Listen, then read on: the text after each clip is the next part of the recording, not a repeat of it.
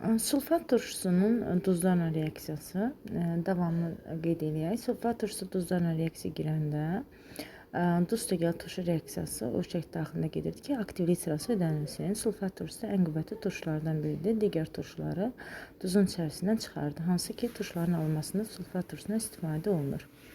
Qeyd edim ki, duru sulfat turşusu, hansı ki, iki sulfat turşusundan danışacaq. Duru və qatı. Duru sulfat turşusu xlorid, nitrat, ortofosfatla ionlarla eyni qüvvətli turşudur və onları duzun içərisindən çıxartmır. Yalnız qatı sulfat turşusu onları duzun içərisindən çıxardır. Bir də nümunə yazaq, hansı ki, keçən dərslərimizdə keçmişik. Məsələn, natrium xlorüstəgəl sulfat turşusu, natrium sulfat, bir də H-xlor alınır bu şəkildə. Bu bizim duzlarla reaksiyası. İndi gəlin keçək xüsusi xassələrinə. Xüsusi xassələrində sulfat turşusunun iki sulfat turşusundan danışacaq. Duru sulfat turşusu. Duru sulfat turşusu yəni suda məhalda sulfat turşusunun miqdarı azdır. Duru sulfat turşusu digər sulfat turşular kimidir.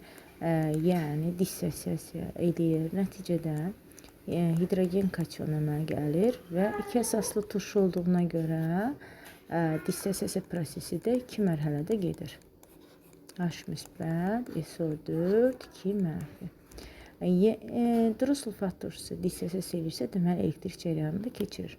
Ancaq qatı sulfat turşusu bu xüsusiyyətə malik deyil. Yəni dissosiasiya eləmir, yadımızda saxlayır. İonlara prosesi baş vermir. Uyğun olaraq da elektrik cərəyanını keçirmir.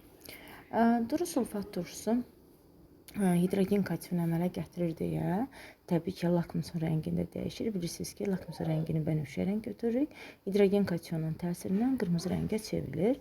Amma qatı sulfat turşusu lakmusun rəngini dəyişmir. Çünki hidrogen kationu əmələ gəlmir. Duru sulfat turşusundan qatı sulfat turşusunun metallarla reaksiyalarda fərqli gedir. Hansı ki, fərqləndirən xüsusiyyətlərdən biri də budur. Duru sulfat turşusunun metallarla reaksiyası digər turşular kimi nəticədə duz və yəni duz dediyimiz metal SO4 metalın indi valentliyindən asılı olaraq təbii ki, formu dəyişə bilər və hidrogen qazı ayrılır nəticədə. Metal olaraq hansı metallarla duru sulfat turşusu reaksiya girməyəcək? Digər turşular kimi pasiv metallar, bildiyimiz kimi qızıl və platin heç bir turşu ilə reaksiya girmir. Uyğun olaraq da sulfat turşusu da civədir, misdir, gümüşdür, qızıl platin, iridium. Bir də qeyd edeyim, qurğuşunla da, baxmayaraq hidrogenin əvvəldə duru sulfat turşusu reaksiya daxil olunur. Bunda diqqətimizdə qalsın. Pasiv metallar dedik, bir də qurğuşunu əlavə elədik. Digər metallarla, aktiv və orta-aktiv metallarla reaksiya nəticəsində qaydada gördüyümüz kimi alınacaq duz. Duz necə alınır? Hidrogen metalla əvəz olunur. Sink SO4, bir də H2. Sink 2 valentlidir, SO4 də 2 valentlidir, ona görə indeksi içinə düşmür. Bunu digər metallarla da rahatlıqla yaza bilərik. Sonra diqqət edin. Bunda xüsusi olaraq yadda saxlayın. Duru sulfat turşusunun dəmirlə reaksiyası eyni zamanda xromla da eyni qaydadadır. Duru sulfat turşusundan biz bilirik ki, dəmir dəyişkən valentlidir, 2 və 3 valentli olur. Duru sulfat turşusundan biz dəmiri mütləq ki, 2 valentli götürəcəyik. Dəmir 2, SO4 2, ona görə indekslərin içinə yazmırıq. H2 oldu. Xromla da eyni qaydada. Digər metallarla da rahatlıqla valentlinə uyğun reaksiyanı yaza bilərik. Qeyd edim ki, qeyri-metallarla da duru sulfat turşusu reaksiya daxil olmur. Bu bizim duru sulfat turşusu haqqında. İndi gəlin keçək qatı sulfat turşusuna. Qatı sulfat turşusunun metallarla reaksiyası necə baş verir?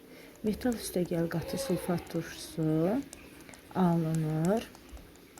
Duz, metal SO4, su, bir də əlavə olaraq kükürt də ola bilər, H2S və ya SO2. Bu üç məhsuldan biri alınır. Yadınıza gəlir ki, əvvəlki dərslər deyirdik ki, qatı sulfat turşusu metallarla reaksiya hidrogen qazı ayrılmır. Gördüyümüz kimi buradan hidrogen qazı ayrılmır.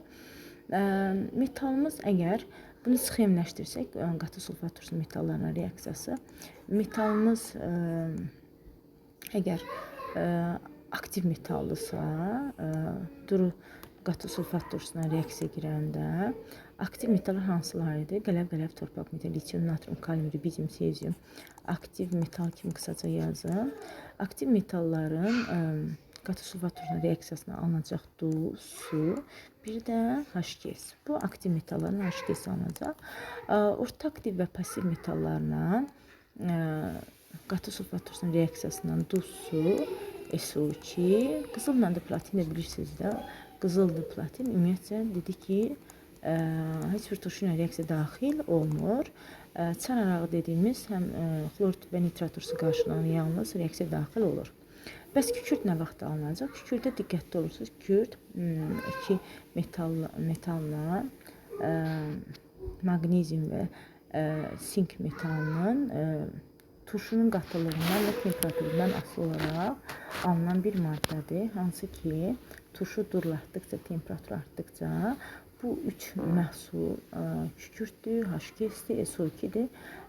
Bu metallarla maqnezium, alüminium, sinkdir. Bu metallarla üç məhsulun üçü də alına bilər. Diqqətli oluruq. Nə qədər durudursa, temperatur nə qədər yüksəkdirsə, onda H2S alınır, daha sonra S, ən sonunda isə SO2. Bir də təkrar edirəm, turşu durlaşdıqca, yəni məhlulda turşunun miqdarı az olduqca və temperatur yüksək olanda reduksiya prosesi daha dərin gedir. Bu nə deməkdir? Yəni kükürdün oksigenləşmə dərəcəsi mənfiyə doğru gedir. Deməli, H2S ən dərin forması H2S, sonra kükürd, sonra isə SO2 alına bilər. İndi keçək reaksiyalarını nümunə göstərək. Aktiv metal yazaq. Məsələn, natriumdur, kalsiumdur, fərqi yoxdur. Yazırıq H2SO4. Deyin, bu orta aktiv metal.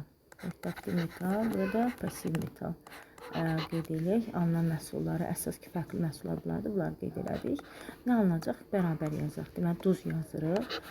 Natrium 1 valentli olduğuna görə natrium 2SO4. Sonra su, H2O, bir də H2S.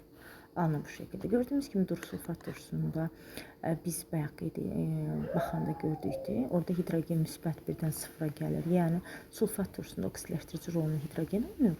Amma qatı sulfat turşusuna diqqət edin. Bax, kükürt hidrogen dəyişmir. Kükürt mənfi 6-dan, müsbət 6-dan mənfi 2-yə gəlib. Yəni oksidaşdırıcı rolunu kükürt oynayır. Bu da duru ilə qatı sulfat turşusunun fərqlərindən biridir.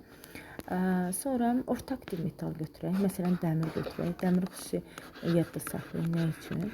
Çünki qatı sulfat turşusundan, dəmirin reaksiyasından biz duruda dedik ki, valentli duz alınır. Amma qatıda dəmirdir, xromdur. Bunların sulfat turşusunun reaksiyasından 3 valentli duz alınır. Deməli, su alınacaq. Orta aktivdir. Deməli, digər məhsulumuz SO2. Qeyd edeyim, dəmirdir, alüminiumdur, xromdur, nikeldir. Bu metallarla qatı sulfat turşusu qızıllıqda reaksiya girir. Bir də təkrar edirəm, bu reaksiya adi şəraitdə, soyuq sözü görsəniz, reaksiya baş vermir. Nə vaxt baş verir? Dəmirdir, xromdur, nikeldir, alüminiumdur. Yalnız burada temperatur işarəsi, yəni isti sözü görsəniz, bilin ki, reaksiya baş verir. Burada mütləq diqqət yetirilməli məqamlardan biridir, hansı ki, məsələdə qarşımıza çıxa bilər. Xrom da eyni qayda ilə, eyni cür məhsul yazacaq. Mis ilə yazaq, pasiv metaldır. Deməli, nə yazacaq? Bərabər yazaq. Duz, miski sulfat, su, H2O, bir də SO2. Gördüyümüz kimi SO2 alındı. Qeyd elədik ki, maqneziumdur, alüminium, sinkdir. Bunlarda biz 3 məhsulun üçünü də ala bilərik. Mütləq bizdə şərtdə qeyd olunacaq ki, hansı kükürt alınıb, SO2 alınıb, yoxsa H2S alınıb. Qatı sulfat turşusu, duru sulfat turşusundan fərq deməli, qeyri-metallarla da reaksiya girir. Bunu necə yadda saxlayın? Qatı sulfat turşusunun qeyri-metal reaksiyasında oksidlər alınır. Karbon qaz alındı, SO2 alındı, bir də H2O alındı. Kükürtlə də əvvəlki bölmədən bilirik. H2SO4 qatı alınacaq, kükürt qazı, bir də su. Bu da bizim qeyri-metallarla reaksiyası. Bəs sulfat turşusu necə təyin edirdik? Xatırlayaq, baryumla iyon badı reaksiyasına keçmişdik. SO4 iyonu alınırdı, baryum SO4 ağ rəngli çöküntü alınırdı. Bu cür təyin edirdik. Sulfat turşusu hətta o qədər higroskopik turşudur. Nə deməkdir? Suducudur. Əgər açıq havada saxlasaq, zaman keçdikcə sulfat turşunun kütləsi ağırlaşar. Nə üçün? Çünki havada olan su buxarını özünə çəkir, nəticədə çəkisi isə artır. Bu hidroskopik xüsusiyyətini Saxarozin reaksiyasından da görə bilərik. Saxaroza qənddir. Qəndin üzərinə qatı sulfat turşusu əlavə etsək, oradakı deməli suyu tamamilə özünə çəkir. Beləliklə kömürləşdirir qəndi. Qara kömür dediyimiz, yəni karbon qalır tərkibində. Oradan suyu özünə birləşdirir. Burada neçə mol su var? Gördüyümüz kimi 11 mol su var. Suyu tamamilə özünə çıxarır, yəni kömürləşdirir. Sulfat turşusunun üzvü kimyada istifadə olunur. Hələ ki 10-cu siniflər üçün və ya ilk yeni keçənlər üçün bura kimi yetərlidir.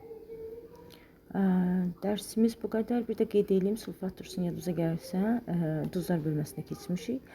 Az həll olan və ya ümumiyyətcə praktik həll olmayan 5 duzu var idi. Hansı ki, bu reaksiyalarda çox lazım olurdu bizə. Hansılar idi? Kalsium, stronsium, barium, argentin, plimbom. Bu duzları reaksiyanın gedib getməməyində bizə çox lazımlı idi. Bir də kristal hidratı var, hansı ki bunlar misk porosu 5 mol H2O deyirik. Ziyanvericilərə qarşı milliyin xəstəliyində istifadə olunur. Bir də natrium KSO4 olsun 10 mol H2O. Bu da şüşə istehsalında tibbdə istifadə olunan bir kristal hidratdır. Kristal hidrat bilirsiniz nə deməkdir? Duzun tərkibində müəyyən miqdar su saxlayır. Bunu da xüsusi olaraq keçirik. Təbii gips deyirik. Bu da ki, yenə tibbdə də istifadə olunur, bilirsiniz. İnşaatda da istifadə olunur. Sağ olun, dərsimiz bu qədər.